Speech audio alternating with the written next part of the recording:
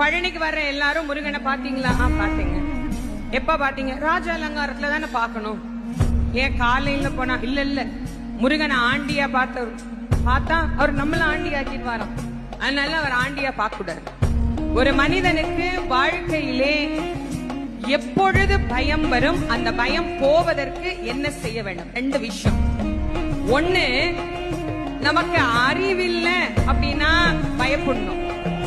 2, அறிவு இருந்தாலும் செல்வம் இல்லாவிட்டாலும் நாம் அஞ்ச வேண்டும்.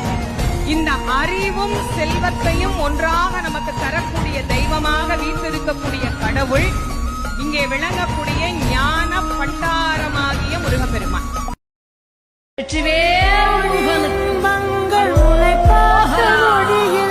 நான் வாழும் நாள் மட்டும் நீ எந்த மடியில், புனைகின்ற பொழுது இங்கு கடவுள் தன் முகம் பார்த்த பொழுது